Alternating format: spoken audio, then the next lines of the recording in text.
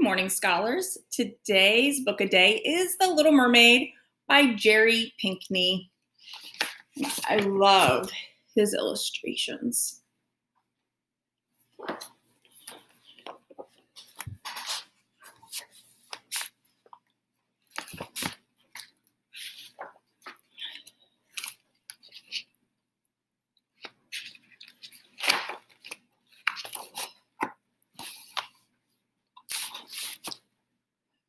Far out in the ocean, and miles below the surface, two realms sat divided by sea mountains. On one side of the ridge lived a powerful sea witch whose greedy heart cast a shadow over everything that tried to flourish. On the other side, the merfolk kingdom shimmered with light. There the Sea King and his 4 daughters dwelled in an elaborate coral castle.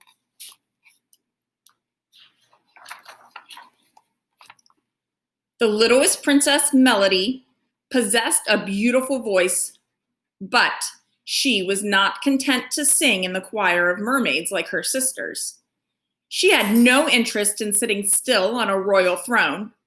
Instead, Melody explored relics of sunken ships and invented stories about objects she'd gathered from the wreckage. Once, she discovered a curious figurine that looked a bit like her, but for 2 cloth sticks where its tail should be. Melody often wondered about the world beyond her home. Is it true that some ships glide atop the water instead of lying splintered beneath it? She asked her sisters. And that a ball of fire burns over the land?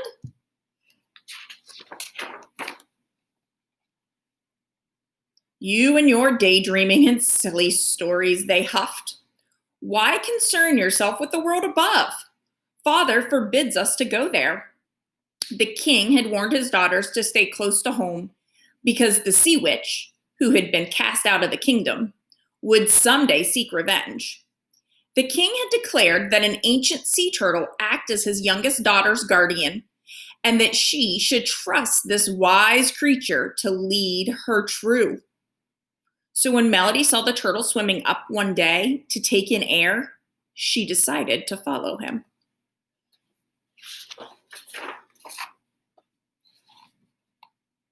The little mermaid trailed the turtle until at last she burst through the water's surface. She exclaimed. How strange it felt for half of her body to be shivering in the early morning air, while her tail remained warm below. But a fiery ball rising in the sky offered comfort. As waves crashed around her, Melody saw whales breaching, fish flying, and turtles bobbing in the foam. Beyond, she spotted a sliver of sand on the horizon. Moving closer, Melody saw a figure on the beach. To her astonishment, it had 2 stick-like legs, just like the doll she'd found.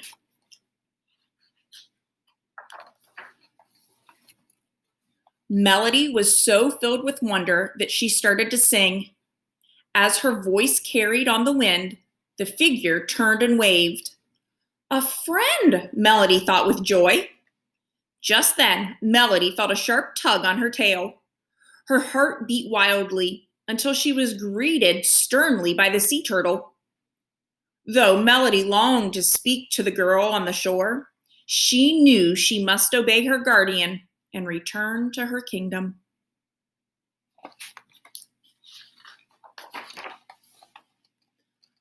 Alone with her relics of the world above, Melody thought of the girl and her friendly smile. The girl could never come to the Sea Kingdom, of course, and Melody could never walk on the shore. Perhaps the only friends she would ever have would be those she imagined. So sad, isn't it? A voice hissed. Melody was startled to see a sea snake slithering in the mirror. Here you are, stuck under sea, but the sea witch can help. Melody's eyes widened at the terrifying thought. Do not fear, the sly creature persisted. The witch is not a monster, but a healer. Melody knew the princesses were forbidden to enter the witch's realm. It would break her father's heart to learn she'd betrayed him. And yet, who really missed her when she explored? Who listened to her stories of the spectacular world above? No one, she thought. So the little mermaid followed the snake until suddenly the current caught and pulled them toward a churning, dark void. In the heart of the sea witch's lair, the evil creature greeted Melody with a stare that burned through the depths. "You want legs, is that it?" the witch croaked. Legs? Melody thought of her doll. "Why, yes, I suppose. I just want a friend." "Ah, a friend. Well, what do you have to offer me?" the witch snapped. "I can give you one of my treasures," Melody began. "A compass, rope, sea glass." "You think I want your sea junk?" the witch roared. "No, I want your most precious gift." The sea witch filled a small bottle with potion. "I've heard that voice of yours, so pure, so majestic, so strong," the witch rasped, holding out a seashell towards Melody's lips. "You can have legs, my child, but I will have your voice." Melody shuddered. Her voice? She wouldn't be able to talk or laugh or sing. "Come here, child," the sea witch beckoned. "Sing for me." "And your legs, your friend, your dreams, all of it will be yours." Hesitating, Melody remembered the welcoming wave of the girl on the shore, the only one who seemed to care. "As you wish." Melody took the shell from the witch and began to sing her stories into it, the power of her notes rising with every breath. And when she had no melody left, she passed the shell back to the sea witch, who pressed the bottle into the mermaid's hand. Once Melody had left the dark lair, she swiftly retrieved her cherished doll and escaped to the surface out of the sight of the sea turtle. As she emerged close to shore, she saw a pearly disc hanging in the sky. That was surely one of the most beautiful things she'd ever seen.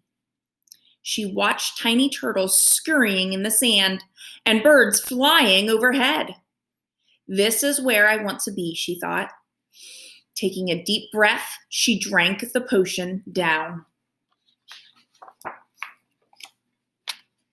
As her scales fell away, Melody found it more difficult to swim as she drifted towards the shore. At last, she felt fine sand against her skin and winced as a sharp shell cut into her foot. She was just starting to stand on wobbly legs when she heard a girl's voice. "Hello?" said the smiling stranger. "It's you, isn't it? From out in the ocean." The girl reached with a steadying hand. "I'm Zion. What's your name?" Melody tried to answer, but no sound left her lips.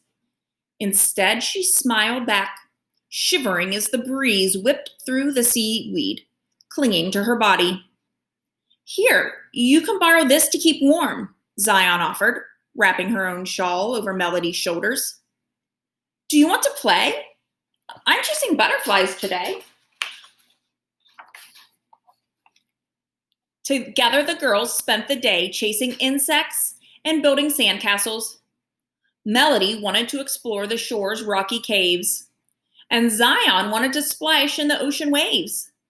They did both, until the sun started to lower in the sky. Though Melody could not speak, the two girls felt a surprising kinship. They both had a love of creativity and adventure. "You're the best friend I've ever had," Zion confessed. And Melody's heart sang when she heard the word friend. Zion gazed intently at her now. "At first, I thought you were a mermaid, but that couldn't be." Where did you come from? Why can't you speak? Melody retrieved the old doll that she brought from the sea and showed Zion. She then picked up a stick and began to sketch a story in the sand. Her fishtail, the doll, a girl waving, the sea witch, the seashell, and the potion. Zion gasped. I was right. You were a mermaid. Finally, Melody illustrated the trade she had made for a human friend. Zion shook her head in disbelief. You gave up your tail, your home, and your voice for me? Melody nodded, and Zion threw her arms around her. I have something for you, too.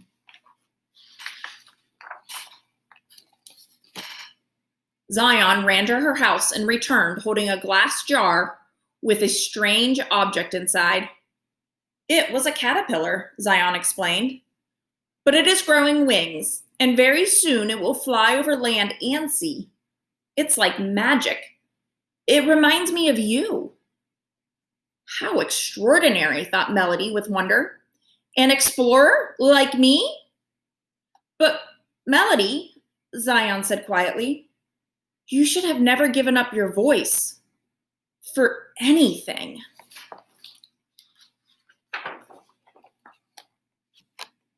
Remembering the bargain she had made, Melody spotted a seashell nearby, like the one used to cast the spell.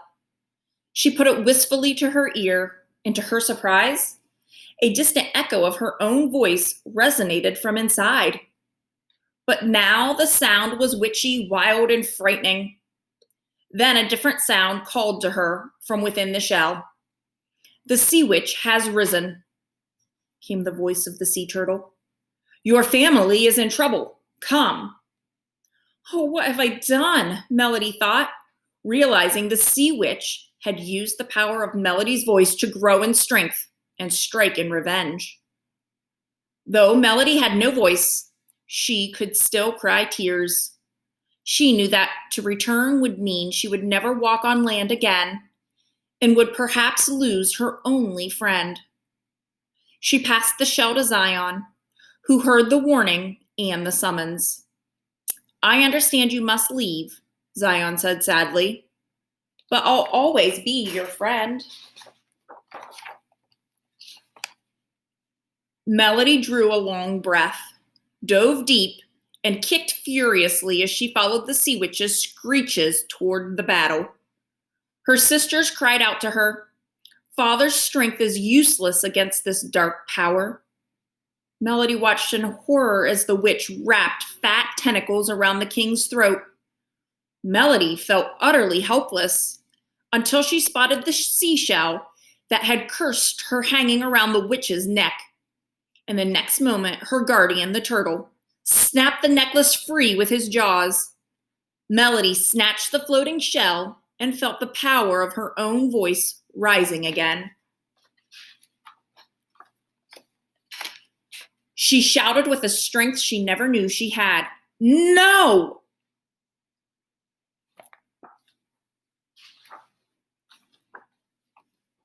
The witch covered its ears as if in terrible pain. Tumbling and writhing, it drifted down, down, down, landing with one last gasp on the sharp, brittle coral the witch had sucked the life from long ago. The spell was broken. Melody had found her true voice, a voice that no witch could imprison or silence. The little mermaid could breathe again, and when she tried to kick her legs, she felt her tail flip.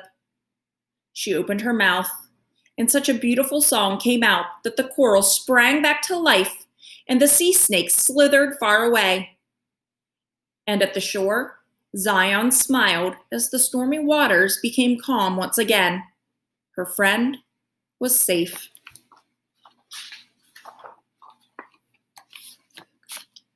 Now, Melody's family listened eagerly as she told them about the world of people, sand, trees, and things that fly. The Sea King knew that he could not contain the adventurous spirit of his littlest mermaid. Zion visited the shore when her treasure in the glass jar was fully transformed. She released the butterfly for Melody. It soared over the sea with its message of change and hope. And far out in the ocean, and miles below the surface, the merfolk dwelled in a kingdom of light.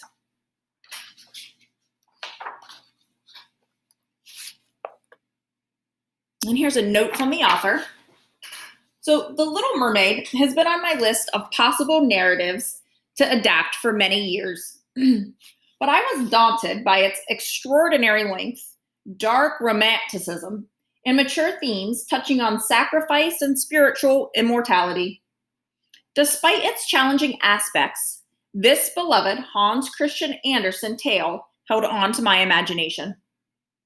I came to believe that the mermaid's inquisitive nature, her overwhelming need to dare to wonder, is what draws generations of readers back to what might be considered an old-fashioned story. When I set out to reinvent the tale in a way that might speak more directly to today's young readers, I imagined a mermaid who is a seeker, someone who doesn't just yearn for a soulmate, but who also wants to experience the world. As in the original, the mermaid chooses to give up her most precious gift and the key aspect of her identity, her voice, to pursue her restless curiosity and need for companionship, accepting a potion provided by the sea witch. And the choice my character Melody makes to leave her friend involves a poignant sacrifice that loosely evokes the melancholy ending of the original, but offers more hope. It reminds us that meaningful connections with others who are different from us, even if brief, can change our lives forever.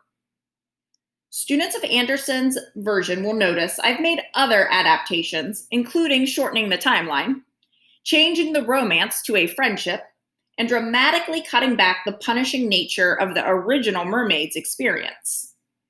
I wanted our heroine to realize the power of her voice and embrace her strength, and to bring the story full circle back to family. Once I understood my motivation for the retelling, I created a storyboard first, focusing on the emotional and dramatic highlights I envisioned. I then generated over 120 thumbnail sketches and more than 40 detailed concept studies, all before tackling the text. Initially, I was enticed to bring to life a world undersea, one that would honor the spectacular beauty of the ocean at a time when many of the Earth's marine ecosystems are endangered.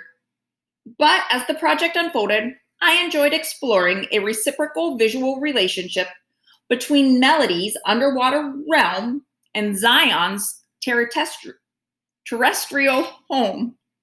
While my research of the natural world was extensive, I used no live models for the mermaids. For although legend may claim they inhabit our waters to this day, I was never able to find one for reference, except in the most joyful recesses of my imagination. Jerry Pinkney. Have a great day, scholars.